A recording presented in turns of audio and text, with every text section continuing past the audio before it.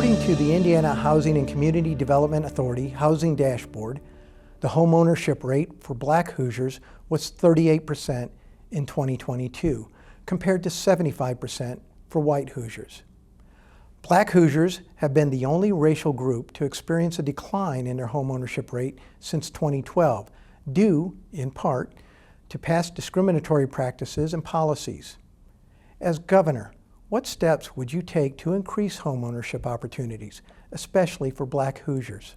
Well, I don't know if the governor can do a lot to fix that problem other than, here again, to call out what I think is an underlying cause of the problem.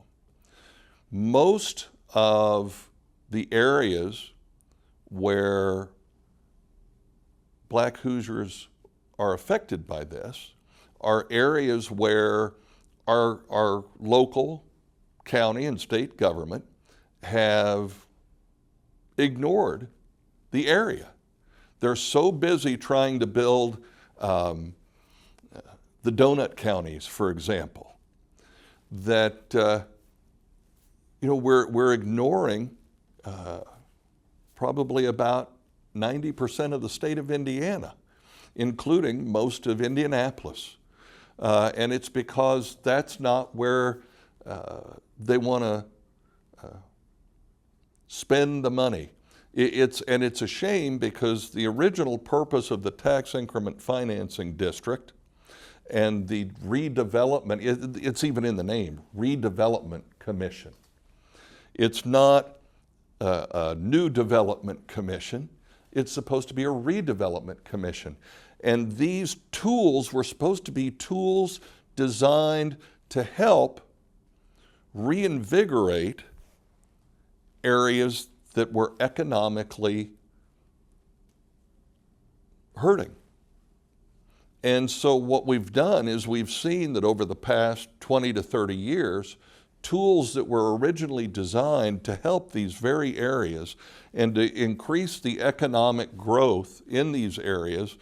Here again, as the economy grows, folks are then able to hopefully make more money, save more money.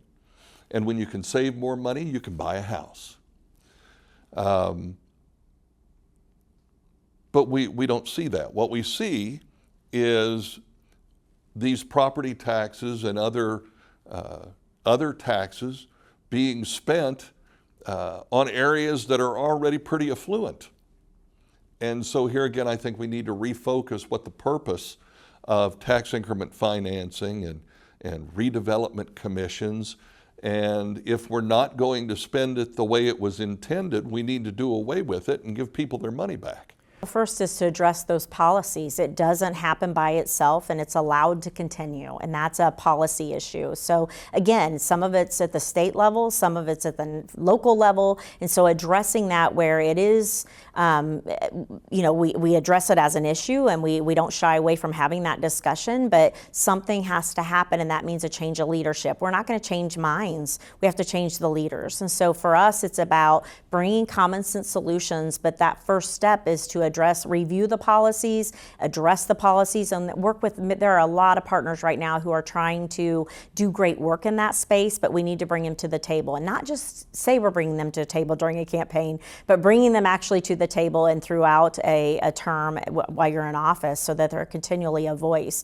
I wouldn't say that discriminatory practice is only happening in the housing piece of it though. We see it in education, we see it in healthcare, and so let's have that discussion as a state. And I know it's a difficult discussion, but it is past overdue.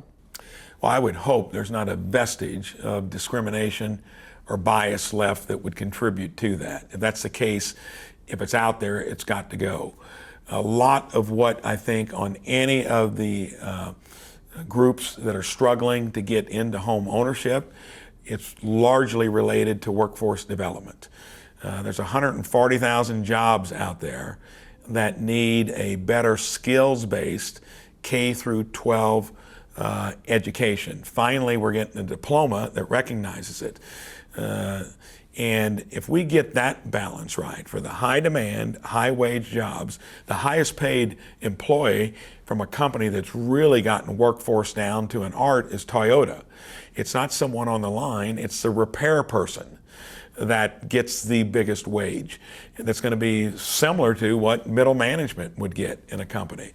So much of eliminating that has to do with how do we get our educational system in a better place to where it's getting our kids guided into the high demand, high wage jobs, put parents in the driver's seat where they got choices along that way, but don't misguide kids into what now directs half of them towards a 4-year degree, only, or nearly about 50%, half of whom don't get a degree, and they've wasted time and money.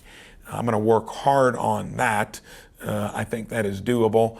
That addresses a lot of the inequities, I think, that are at the entry level or where people want to get to first base.